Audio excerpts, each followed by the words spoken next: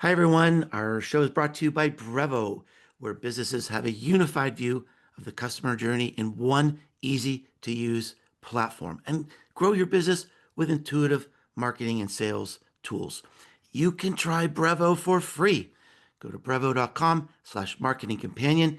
If you do decide to sign up, use the promo code companion to get 50% off the first 3 months of the starter and business plan.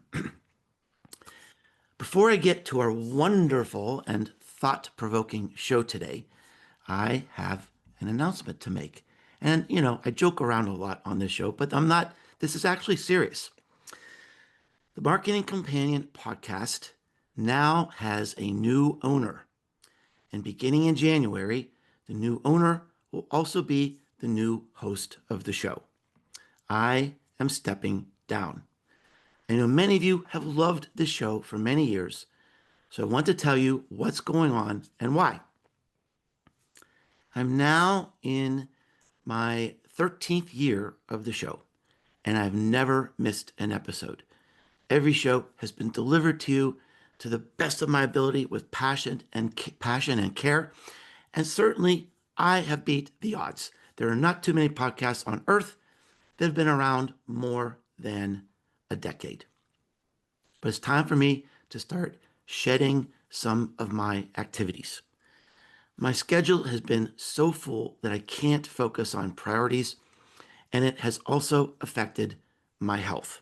Nothing serious, nothing to worry about, but I need to take more time from my work and reapply that to my life.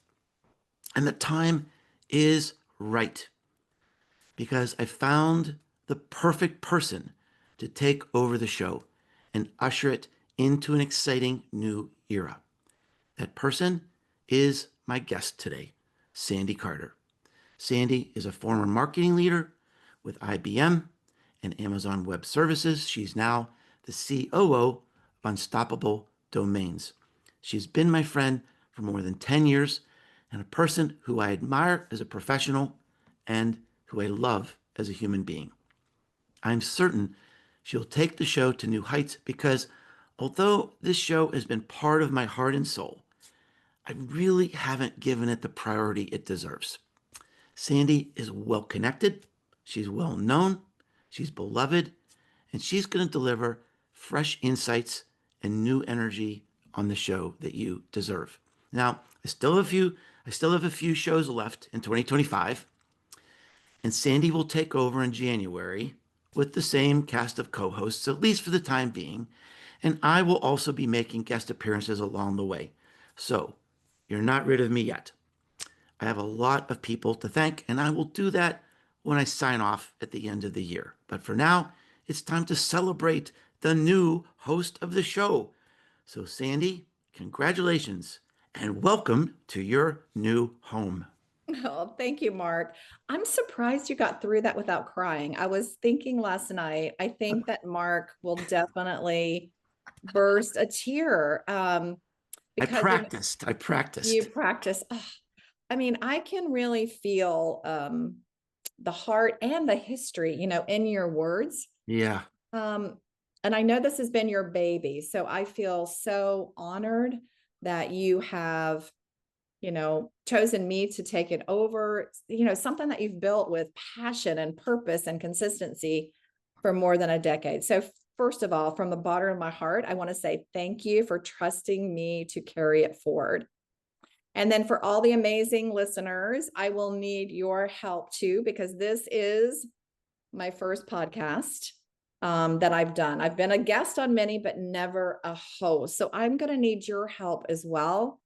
And we need to take it upon ourselves to build upon Mark's legacy. He started this. We want to take it into the future together. And I'd love to hear your thoughts and ideas and dreams for the show too. So if you do have any, you can email me at bookAIfirst@gmail.com. Or we'll also figure out a way, Mark, maybe to showcase where my newsletter is, where I'll be talking about some of the new episodes coming up. But I need your help. I want your ideas. I want to know what you're interested in. We'll share some of them today as Mark and I are chatting. But I do want to make sure that this is hitting the mark for you. So Yeah. you guys have to help me. I am so excited about what's ahead, new voices, new energy, but the same spirit that made this show so successful. So Mark, congratulations, and Thank congratulations to you. me, I guess, too, because I've Yeah. inherited something that is so magical. And I really appreciate all the advice that you've given me on this. I think it's such a great time because, I don't really think I chose you. I think in a way we chose each other Mm. because, it's a big step for me and it's a big step for you. And we really had to rely on the relationship that we've built, over 10 years or more, to come up with a great plan. And I mean, it's also unusual in this world.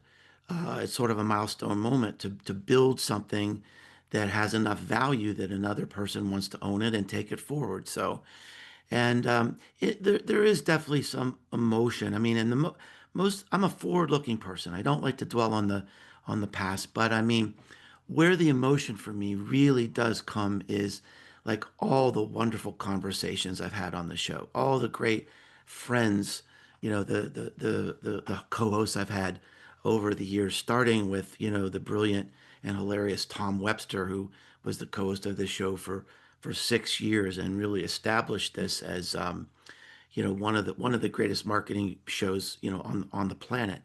So anyway, speaking of forward looking, And Mark, before yeah, we go forward looking, I do also want to say, Brevo and Simraj, yeah, two amazing sponsors as yeah, well. yeah, I'm yeah, a user of both of those, both yeah. for my company, Hmm. as well as some personal things too. So I think, thank you to the sponsors of this program too. I think that'll also make it amazing. So on to Yeah, the future. yeah. Two of my favorite companies. So something quite remarkable happened last week, and I saw you post about this on LinkedIn, where NVIDIA had this big corporate event. I think correct me if I'm wrong. I think it was like their first ever user conference or something, and they streamed it live, and they had like 20,000 views on this live stream. And then this video popped up of a talk by Jensen Wang, the CEO. I mean, and truly an inspiring guy. And the darn thing had 100,000 views. And what we found out later, the Jensen View video was fake. So tell me, like, what's your thoughts on this? I mean, it's like stunning to me. It is stunning in a way, right? And then in a way, with all of the deep fakes out there, Hmm. everything that's going on with AI, it's actually not so surprising at the same time. I think it's really fascinating that viewers didn't just stumble upon the fake event. There was a lot of precision marketing and timing and familiarity that went into that Yeah. So, takeover, if you so would, what, right? what, what do you know about the origin of that? Do you know anything about? I don't. So here's what happened. So I was actually supposed to be in Washington Mhm. for the event. Unfortunately, I couldn't make it out there for a family emergency, but I wanted to tune in. And so I actually went in, and I did want to go to my calendar, where I had the live stream. So I just went and searched online and social media. This was the first link that popped up. Oh, wow. And first link. So not the first link Wow. wasn't the real link. The first link was the fake link. Wow. Yeah. And so it popped up Phew. and I clicked on it, Mark. So I was part of the 100,000 viewers and I'm sitting there listening to him. He looks like, I've met Jensen. He looks like Jensen, Yeah. speaks like Jensen, mannerisms are the same, dress is the same. I thought it was Jensen. And by the way, Mark, I found out later that there were employees in California who also logged into the fake live stream and thought it was him as well. CNBC also broadcast. They were supposed to broadcast, and they also did what I did. They didn't click on the link they were given. They Oh my just searched, God. and they went to the wrong link as well. Oh my gosh. Now, I once I figured it out because Jensen started with a crypto scam, and then I was like, okay, something's wrong here. When a CEO of NVIDIA asked me to send him crypto, Yeah. This is not right. And so I tuned it out. I got off and I went to the real one. But I Mm. kept thinking about that fake one. So I went back to see who had sponsored it, why had they done it, what was, and it was already taken down. So hats off to the NVIDIA team who moved quickly, figured it out, got it taken down.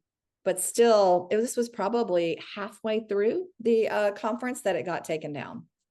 Pretty interesting. For Well, and there's some profound lessons there. And a week ago, I wrote this. It was actually sort of like an investigative report about rage bots, right?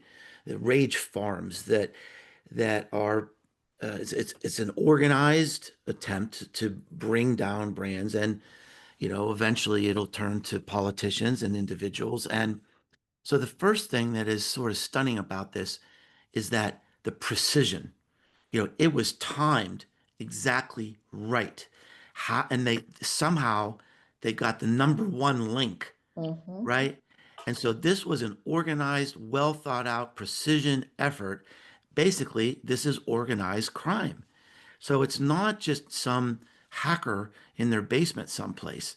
And I think this is really something that I mean, this is going to be at the top of the news for a long time to come because there's no easy answer, and we've got to have more laws about that. The second thing is just how really convincing these things are, and it's gotten to the point where it's deteriorated the pleasure, the joy of my experience on social media. So I'm like I sort of have become kind of hooked on Instagram Reels. And I'm sorry, I'm just spending too much time on Instagram Reels when I can't fall asleep at night. And so I get a lot of videos of animals and sports and I'm spending half my time now trying to see, is this real? Is it real? Yes. So like there's this beautiful iridescent blue butterfly from Africa, and it just looks too good to be true. And it's like, okay, is that I don't want to see things that aren't real. And so, boy, I mean, there's just so many wild implications here. And I think the business story here, I think, Sandy, is that there is room someplace in this world for a platform that's AI free. Yes. And I also think that if you are a brand, Hmm. this kind of shows now that authenticity needs proof. You almost have to prove that this is real, right? Like a brand verification. And I think that maybe, Mark, someday that would actually be more powerful than the brand voice is having a verification, right? So some sort of way that you verify by domain, some sort of way that you have a credential, maybe that sits on chain, something blue check mark, but some way that you can verify that what you're seeing is real. I was even thinking about this marketing podcast. Hmm. Somebody could, right? Let's say Valentina could Yeah. dupe us Yeah. and then halfway through do a crypto scam. They could do that. I mean, the AI right now is so good. So, Mhm. how do you prove this is really Sandy and this is really Mark? This is really the brand. This is really the marketing companion.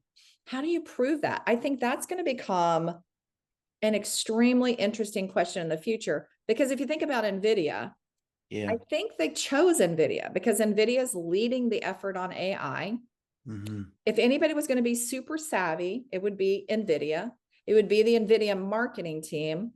And so now it's just fascinating. They got duped.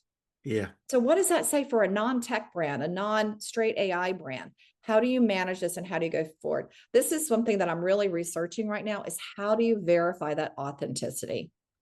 Well, and we've got a couple more amazing topics to cover. Yeah, I know. But I want to add this one thing because I think this is really significant. So I think it was 3 years ago, the company who won the South by Southwest pitch competition was a company that found a way to verify truth.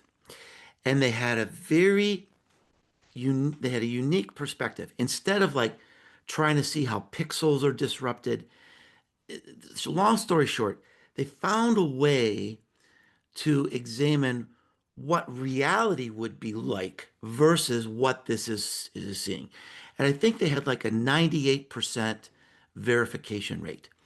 So the next year, they had won the pitch competition. They got all this funding money. The next year, they were one of the big speakers at South by Southwest. So I went to the event and sort of offhand, he said, well, this is not really something that users should use. It really should be, it's got to be the platforms. The platforms have to verify the content. They have to verify what's being shown to everybody. And then he just dropped it. And he said, it's not working. It's not working. I said, all right, we want to know why. So I was the first one to step in front of the mic and ask the question, why aren't the platforms taking this? It's so important to have trust and veracity on these programs. And he said, well, they don't want it. They don't want to pay. They don't want it because hate and polarization is good for business. It drives views. And if like look at the Jensen Wang thing, it got 100,000 views Mm-hmm. versus the real thing was 20. Yep. That's good for business. So it's so disheartening that the fund when the platforms are advertising driven, that they don't really want to clean things up. Yeah, I would say the other thing, Mark, there are numerous startups right now in Silicon Valley who have Yeah. tackled this problem, much like the company you just talked about. And several of them that I have worked with, it's like who pays for the verification is their question. So Mm-hmm. who pays for it? So is it, Sandy who has a quote in Forbes? Do I pay to verify, yes, that's my quote, or yes, that's my video? Or is it Forbes as the news outlet that pays for it? Or is it some sort of platform out there that pays for it? I think right Yeah. now, if you look at all of these startups that can verify, that have some sort of verification, the problem is who pays, Yeah. because it costs money to verify. So who pays? And then if you're going to pay, it has to drive ROI as a platform or a business. And like you said, it really doesn't drive the business. It's the other pieces that drive the business. So I think this is going to be a really interesting topic. Yeah. One of the folks that I have that I've invited as a guest to our future show is To your future show. to Not my future your show. show. To my future show is he's a top CMO at a Fortune 50 company. He's agreed to come on. We'll do the big announcement later. But Mhm. he has started out a little SWAT team to tackle this question of how do you verify authenticity of your brand? Yeah. And he's been doing some work on it. I thought it was really cool because he is doing it himself at this major company. And it's a fascinating story listening to kind of the struggles that he's been through trying to do it, some of the positives, and then some of the pushback. You know Much to what? your point, Mark. You know what? He's the person that should be doing it because a brand is trust. And if you don't have trust, you don't have a brand. You don't have a company. So, I mean, eventually, all these platforms, Google, Facebook, everybody, they're going to have to face up to this or they're going to wither away. So I Yeah. know another thing that you and I have talked about, and you had a lot of energy about this when you came to the uprising last year, is the rise of agents and specifically humanoid robots. And we're starting to see more demos and I mean the humanoid robots, they're not really in the mainstream yet, but what are you seeing on that right now?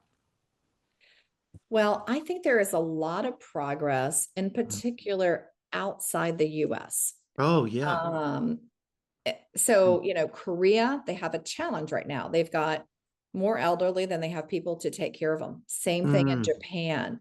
mm, We're seeing a lot of push outside the US for these humanoids who mhm, can technically provide help to people, in need. And mm. I think this is something that marketeers also need to start thinking about as they're looking at their future marketing plans, not current, but future. At the uprising, I gave this example of a humanoid I've seen in beta in Silicon Valley. I was invited into the garage. And what the humanoid actually does is it delivers pizza to your house.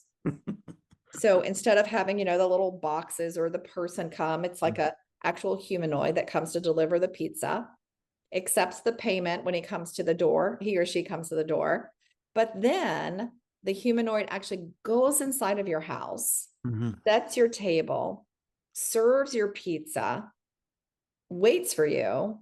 They pour your drinks, everything, waits for you to finish, then cleans up after you, which I love, by the way, Mark. I have to say, I hate cleaning up. Picks everything up, cleans everything up, and then leaves. And that's right now in beta in Silicon Valley.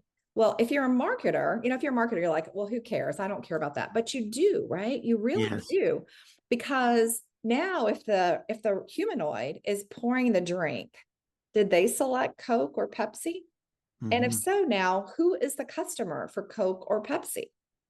When the robot or the humanoid does the dishes, P&G, is P&G now marketing to the family, or are they marketing to the humanoid company? Even questions like we were talking about houses in Silicon Valley. Many of the houses there are very old. The humanoid had a larger base on him, and so he couldn't get into some of the homes. The door wasn't wide enough. And so we were having a discussion. And at the time I was there, he had some of the top architects from Silicon Valley in thinking about, do they redesign the way they architect future homes so that the home can have the robot come inside? And now, with VO, you've got, potentially a robot that's going to be in your home. And in fact, Jeremiah Owang just did a cost analysis for having a humanoid VO in your home. Does it make sense? And he was like, absolutely, positively, it does. So there's tons of things here that marketeers need to think through as this comes about, as we start seeing more humanoids. It's not instant, but I think we need to start thinking about it now so that we're Yeah. ready for the future. Yeah, and there's just like a critical mass of conversations happening now that actually, in the Rise marketing community that I have, I've talked about it a few times on our show. I mean, we have little chat rooms based on marketing topics and where things are going in the future. And someone suggested, gosh, is it time we start a chat room about humanoids and robotics? Mhm. And I think it is. So that's definitely coming. And I'm ready. I just name the price. If I could have a humanoid take care of me, especially cook me breakfast in the morning, I'd love that. I would absolutely love that. Bring it on. And these robots are going to be the big breakthrough is that they're being fueled by AI. And this, as marketers, this is something we all need to be paying attention to. Something I'm really excited about is that SEMrush has now added an AI visibility dashboard. So, in addition to their traditional sort of dashboards and metrics around SEO, you can look at how are you showing up on AI. And look, I am learning a lot, right? So this is sort of breakthrough information, and I just love what they're doing on that platform. So you can see this for yourself. You can try it out for yourself at semrush.com/ai.seo. It's absolutely fascinating. I think you'll have a lot of fun with it. And I think there's something else that's really interesting here too, Mark, because if you think about your current show, my future show, there's a lot of folks who join in and are part of the Rise community who are independent marketers. They do a lot of training. I think a whole new segment coming up will be this whole area of training robots. Physical Mhm. AI is really coming. If you look at the, kind of the different elements of it, the way that robots learn today is first they're trained and then they'll go into the home. And when they go into the home, they're going to learn by watching. And that has good things and bad things, some bad safety things about it, right? Imagine, you go into the home and, you have a certain way of cooking your egg sandwich in the morning.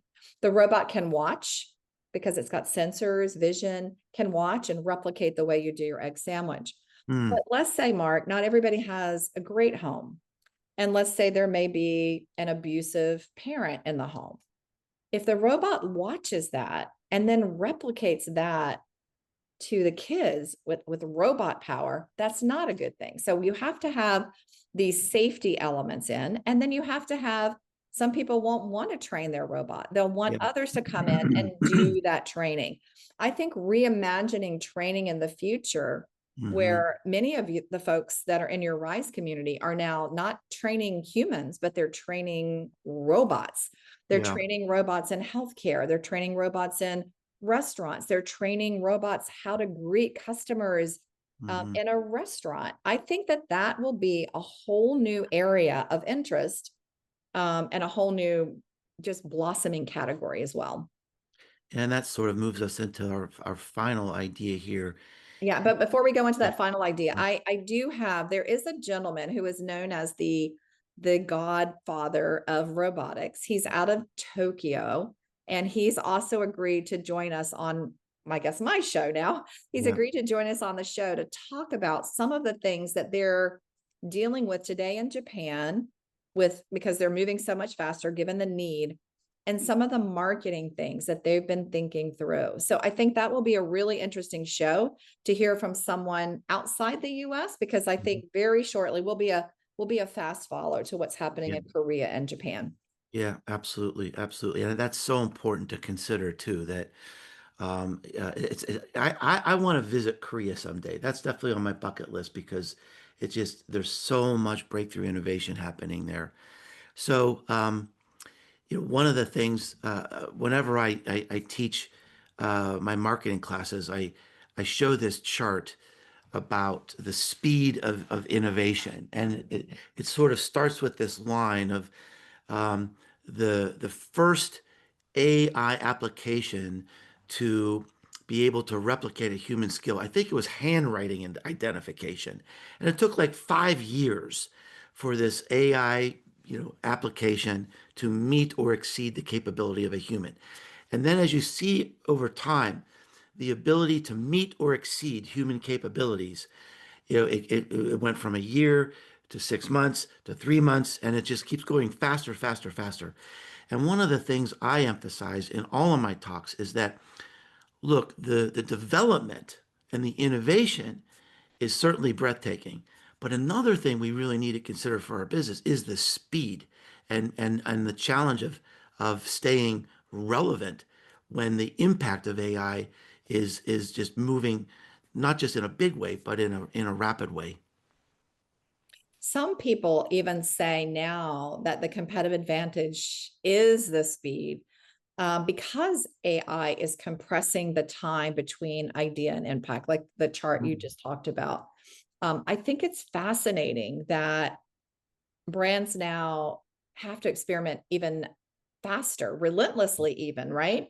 Yeah. Adapt quickly because that time frame is coming down. So for Mm. marketeers, that means, when I used to be a CMO at Amazon or at IBM, we would set out A/B testing, and we'd say, oh, it's this long. And we'd test, we'd look at the number. You don't have that time anymore.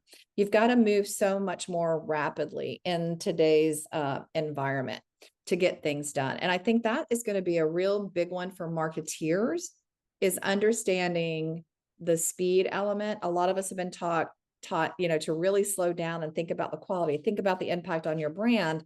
That time is going to shorten and shorten and shorten. Um, How how are you seeing this impact analysis paralysis? Because it's hard to make a decision and commit to something when everything's changing so fast. Is that it? Are you seeing that? Yeah, I'm seeing people getting comfortable with the uncomfortable.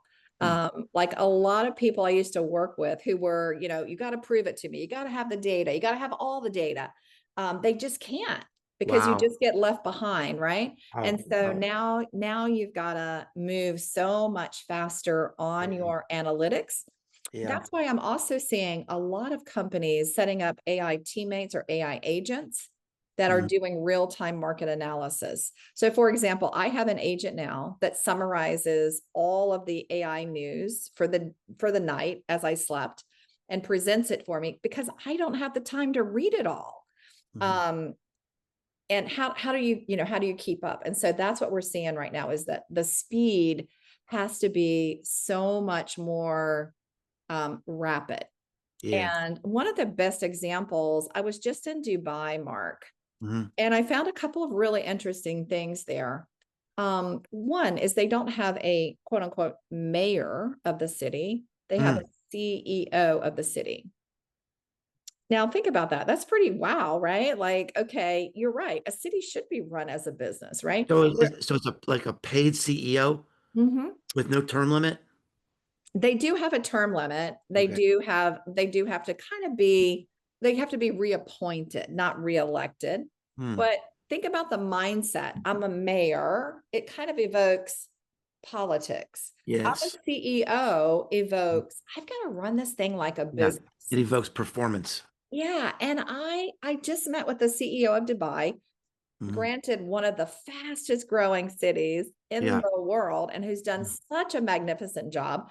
I mean, just think about Dubai chocolate. Let's see if I can find I have a Dubai chocolate right here.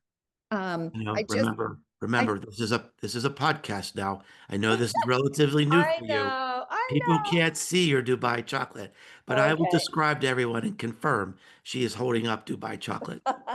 And this actually too is the original Dubai chocolate. Hmm. So, and the city had a hand at making Dubai chocolate. Yeah. Now, I mean, if you go anywhere, I was just at an ice cream store in Scottsdale. Right. You can get chocolate ice cream. You can get Dubai chocolate ice cream. It's Yes, I saw that too. twice the price, right? Yeah. And so it's so crazy that they've done such a great job. So one of the other things I want to bring in is this mayor CEO Hmm. of Dubai he did a presentation while I was there, and he talked about storytelling. He also talked about authenticity, which we talked about earlier. Like, how do you know? I know you can't see it if you're listening, but how do you know that this is the real Dubai chocolate and someone else just hasn't branded something Dubai chocolate, right? Yeah. Yeah. It's Certainly. quite fascinating the way he's done this whole piece of branding, Hmm. positioning itself as a global icon of ambition and really showing marketers everywhere what's possible when you combine this narrative and the technology. I'm going to be real excited to hear him come and speak to you guys and chat a little bit about how they've done that in such an interesting way, but also moving at the speed of light. So, for Yeah. example, when I was there, I went to their new they call it the Dubai Founders Headquarters, and Mhm. and Mhm. it's Wow. it's not just attempting to replicate what Silicon Valley has done with YC, Hmm. but it's really broken out and thought differently. Hmm. It is a facility where you've got government, very different than YC. You've Hmm. got government, you've got global leaders, not just people from the local area.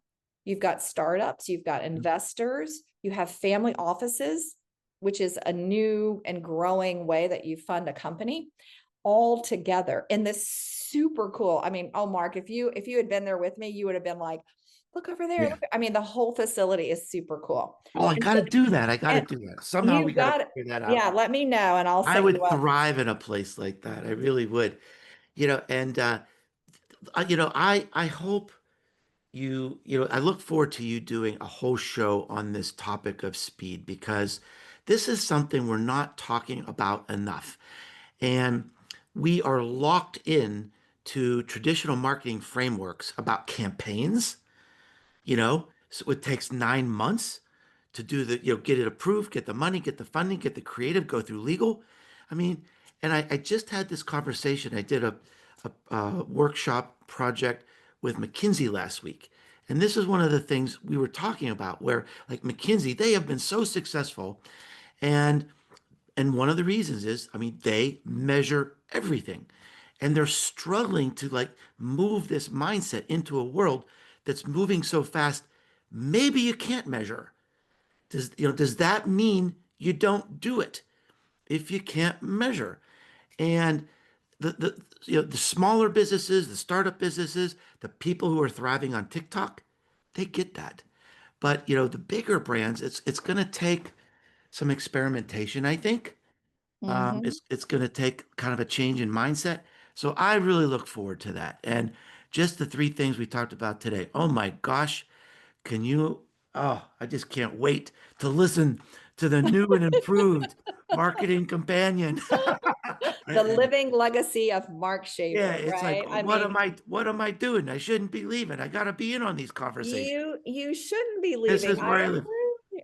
I And I agree. I am I agree. am going to be on the show Yep. in 2026. So, like I said, I'm not going away. And that was part of my deal, actually. I said, Mark, you just can't leave us. You just can't do it. Like, you've got to stay. Yeah. I mean, because it is about you, right? I mean, a lot of it is about your style and about your um, thought leadership in the area. So You thank you forgot, for you forgot, you forgot sex appeal. sex appeal. Yeah, that's right. Usually people think of that first, but that's You okay. know what? You just brought up something that's interesting to me. So I'm in Miami. No, listen, I know, right? You're like, what I is can't wait. it? I can't wait to hear it. So last night in Miami, I took my team. We're here for an offsite in Miami. I took my team to this restaurant called the Sexy Fish.